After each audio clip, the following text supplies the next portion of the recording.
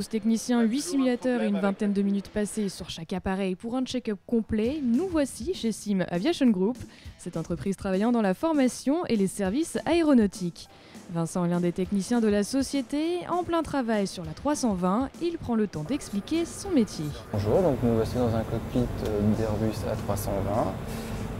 Tout d'abord, donc, nous sommes dans un avion qui est pour l'instant éteint complètement. Donc on va allumer le cockpit de manière à vérifier tous ces systèmes et voir si les systèmes sont opérationnels.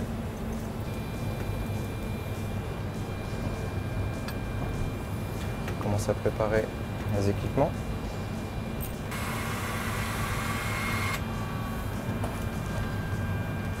Je vais utiliser les FMS pour entrer des fréquences qui me serviront par la suite, notamment la fréquence ILS qui va me permettre de tester les ZANE.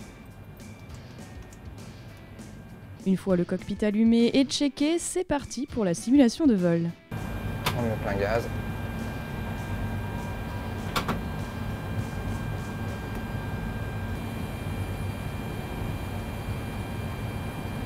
Je vérifie mes aides à la navigation, donc je vais sélectionner mon VOR, je vois bien mon aiguille qui dévie. J'ai également l'information de distance, je peux me dire qu'il est opérationnel. On va accélérer 250. Les Airbus sont des avions très parlants qui nous informent de tout problème technique. Vincent a fait de sa passion son métier, une fonction comportant quelques similitudes avec le métier de pilote. La vérification pendant 20 minutes, effectivement, on peut se prendre pour un pilote. Après, il y a toute la partie technique derrière qui permet d'interpréter les problèmes qu'il peut y avoir, les pannes. Et là, ça n'a plus rien à voir avec l'avion. Disons que l'aspect technique est plus décourageant quand on a des pannes. Et c'est certain que si on pouvait rester dans le cockpit à voler et se dire que tout fonctionne, on serait dans le meilleur des mondes.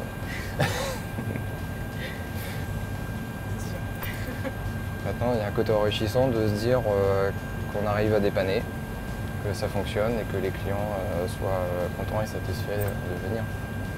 C'est aussi ça la réussite. Ça reste une passion. Voilà, donc de retour au sol. Technicien, un métier complet pour lequel la routine n'a pas sa place. Pilote 20 minutes par jour pour ensuite analyser, comprendre et résoudre les problèmes survenus sur les simulateurs, toujours au service des pilotes.